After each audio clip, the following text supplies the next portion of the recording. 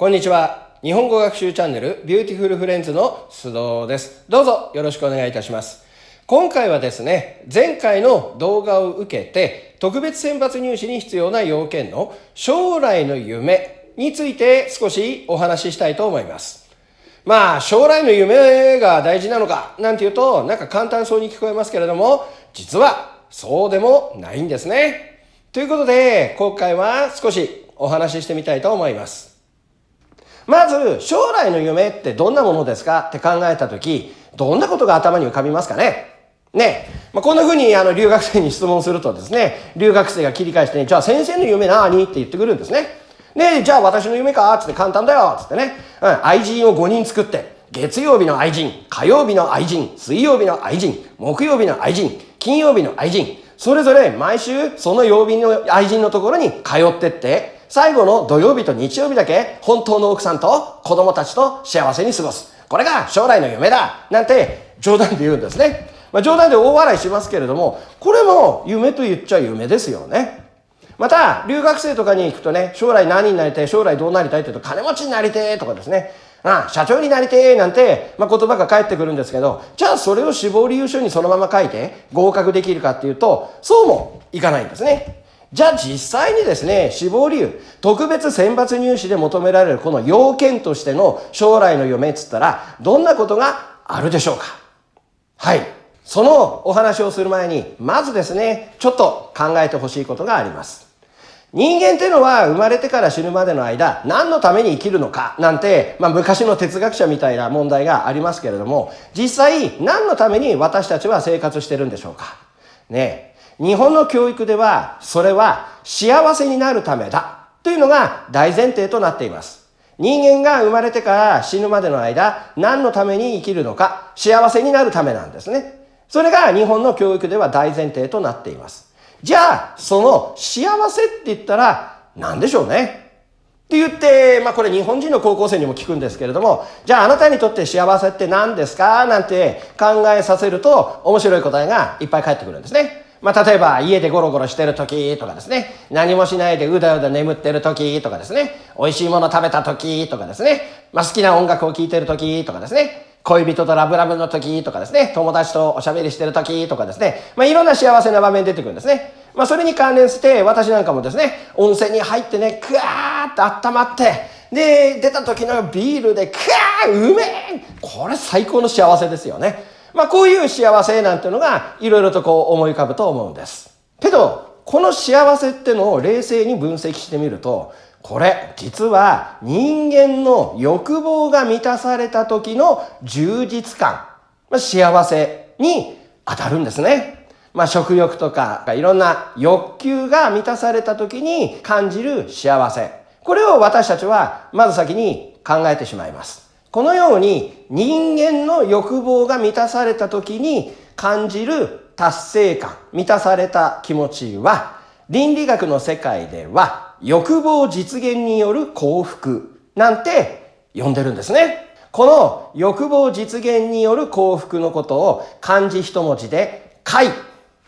こちらですね、快楽の快と呼んでいます。これが幸せの一つなんです。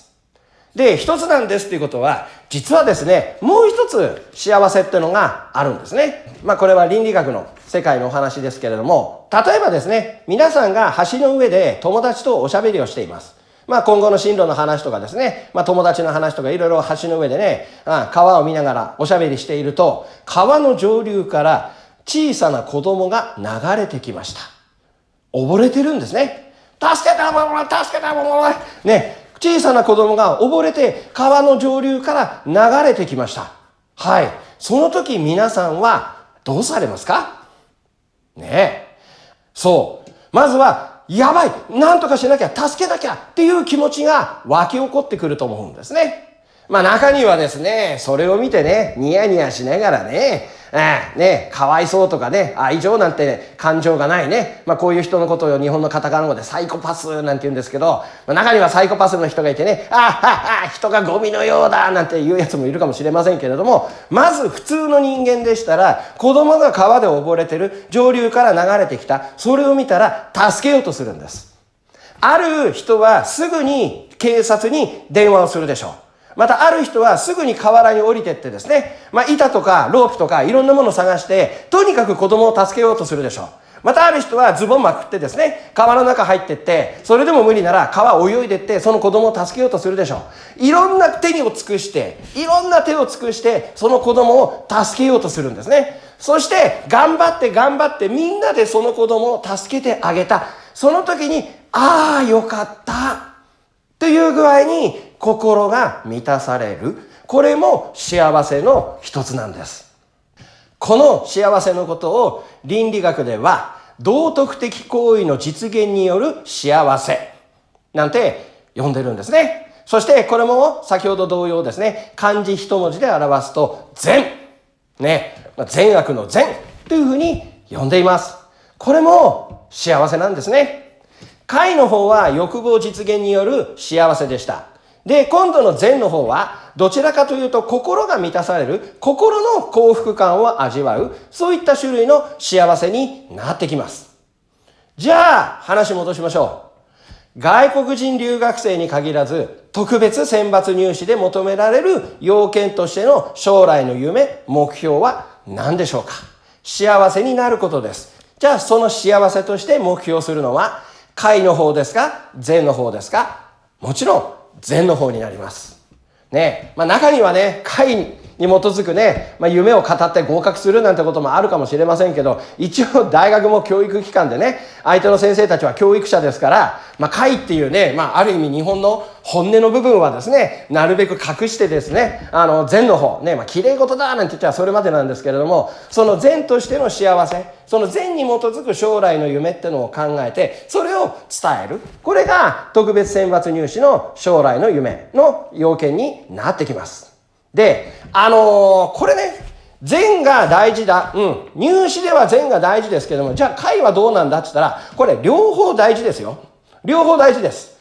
快を全く求めないなんて言ったらですね、インドのマハトマ・ガンジーとかですね、マザー・テレサなんていうね、そういった聖人と呼ばれる人、イエス・キリストとかですね、ムハンマドとか、いろいろな素晴らしいもう聖人としか言えないような人たちは、もちろん善の幸福を求めてですね、人を幸せにしようってしてきたと思うんですけども、我々普通の人たちは当然快も必要です。もちろん快も必要です。で、善も必要。で、善の方を大学の特別選抜の将来の目標として求めてきてるんですね。この善の方についてぜひ考えてみましょ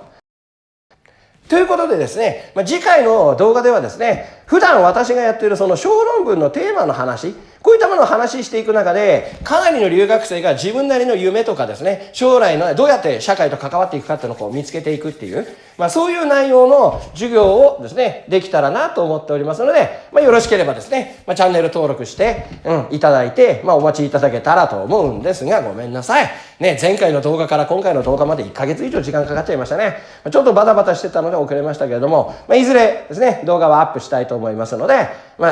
お待ちいただけたらと思います。